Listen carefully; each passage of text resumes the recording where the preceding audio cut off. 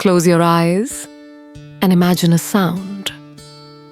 Not the cry of a hawk circling the thermals, not the wind threading through pine needles, or the percussion of a waterfall somewhere deep in the rock. What you are hearing is something older than any of those things, and yet, unmistakably, a voice.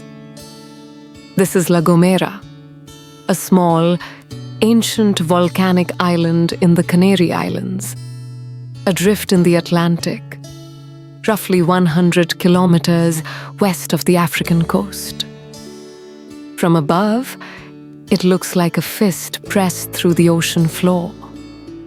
All ridges, all edges, all depth. There are valleys here that fall so sharply that to step from one slope to its opposite is to descend into shadow at noon.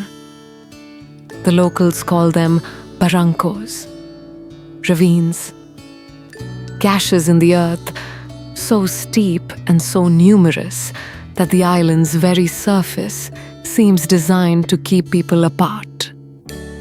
And through this landscape, cutting across 3 kilometers of open air, bending slightly around a ridge, arriving clean and clear on the other side, comes a whistle. Sharp, melodic, intentional. This is Silbo Gomero. And it is not music, it is language. There is a phrase cartographers once used for difficult terrain: impassable on foot. Much of La Gomera qualifies. A distance of 500 meters, barely a city block, can demand an hour of climbing, descending, and climbing again when barrancos lie between you and wherever you are going. In this landscape, the body is slow. Sound is not. A whistle, properly projected, can travel up to 5 kilometers across open terrain. In a world without telephones, without radios, without roads, that range was everything. It was the difference between a warning that arrived in time and one that arrived too late. Between knowing the market in San Sebastian was open and making a journey only to find it closed. The people of La Gomera did not invent whistled language as a curiosity or a tradition. They invented it as infrastructure, as urgent functional technology for the world they lived in. Sound could travel where feet could not. So they made sound carry meaning. What is remarkable, what borders on the astonishing, is how well they succeeded. Silbo Gomero is not a code. It is not a drumbeat, not a series of agreed-upon signals. It is a language, a complete phonetic language that maps spoken Spanish onto the physical properties of whistled sound. To understand it, think of your voice as an instrument with 2 axes: pitch, how high or low a sound sits, and duration, how long it sustains. When you speak a vowel, your vocal cords, tongue, and lips combine to produce a specific acoustic shape. When a silbador whistles, they replicate that acoustic shape in a different medium entirely. The vowels of Spanish, a, e, I, o, u, each become a distinct register of pitch. Consonants are rendered through interruptions, glides, and modulations in the whistle's flow. A practiced ear does not decode Silbo like a cipher. It simply hears it, the way you hear a sentence in your native language. Not as individual sounds, but as immediate meaning. Neuroscientists studying the brains of fluent Silbadores have confirmed something remarkable. The areas of the brain that activate when processing Silbo Gomero are the same language processing regions that activate for spoken speech. Not music centers, not pattern recognition areas, language. The island had found a way to translate a human voice into the frequency of wind. The Spanish arrived in La Gomera in the 15th century. They found it already speaking. The indigenous people of the Canary Islands, the Guanches, had developed their own whistled language long before any European ship appeared on the horizon. The precise origins are lost to time and to the violence of conquest. But oral history and early colonial records confirm it. The whistles were already part of the island before Spanish was. When colonization came, the language did not disappear. It adapted. It absorbed the new tongue, Spanish, and continued, translating it into the same ancient frequencies. This is one of the reasons linguists regard Silbo Gomero as extraordinary. It is not the only whistled language in the world. There are others scattered across the mountains of Turkey, the highlands of Mexico, the forests of West Africa. But it is the only one fully developed into a complete linguistic system, practiced fluently by an entire community and recognized formally as a language in its own right.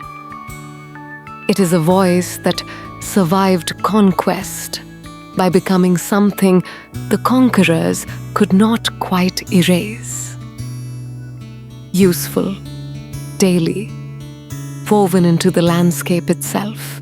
Then came the 20th century, and with it, the roads. When asphalt finally began stitching La Gomera's barrancos together, when telephone lines appeared on poles and radios crackled to life in kitchens, the ancient need that had given Silbo Gomero its purpose began to recede. Why whistle across a ravine when you could drive around it? Why throw your voice 5 kilometers when a telephone call took 5 seconds?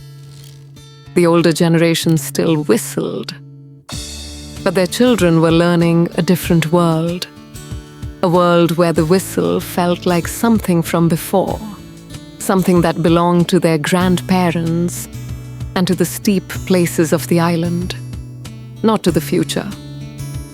By the 1980s, the number of fluent Silbadores had fallen sharply.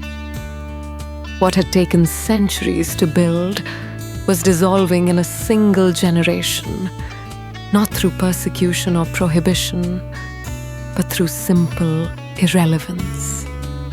Languages do not always die dramatically. Sometimes they just become quiet, and then quieter until one day you realize the sound is gone. But La Gomera was paying attention. In 1999, the regional government of the Canary Islands passed a law mandating the teaching of Silbo Gomero in every school on the island. Not as a museum piece, not as folklore, as a living subject, taught with rigor, tested with exams. A generation of children who had never needed to whistle across a ravine in their lives began learning how. UNESCO recognized it in 2009 as an intangible cultural heritage of humanity. Today, thousands of people on La Gomera can whistle a conversation. Not all of them fluently, but enough. Enough to ensure the sound does not go silent There is a temptation to frame Silbo Gomero as something picturesque, a charming relic, a curiosity to be admired from a distance and then left behind. That would be a mistake. What the Silbadores of La Gomera built is not a relic. It is a proof of concept. Long before the first telegraph wire was strung between cities, before the first radio signal crossed the Atlantic, human beings on a small volcanic island were solving the fundamental problem of communication. How do you send a complex message across a distance that your body cannot cross? They answered with their biology, with their breath, their lips, their fingers, and the physics of sound in open air. Every notification that reaches you across a network today, every message, every call, every signal bouncing between towers, is asking the same question Silbo Gomero answered centuries ago. The medium has changed. The ambition has not. To protect Silbo Gomero is not nostalgia. It is the recognition that human ingenuity does not always live in laboratories or server farms. Sometimes it lives in a whistle crossing a ravine at dawn, in a grandmother's lips, in a school child learning slowly to speak with the wind. Some things, once lost, cannot be recovered.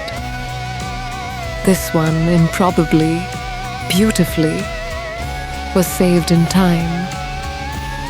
If this story moved you, if you believe that the most extraordinary things in this world are sometimes the quietest, join us. Subscribe to Voices of the World, a series dedicated to the languages, sounds, and stories that make us human. New episodes every week, because every voice deserves to be heard.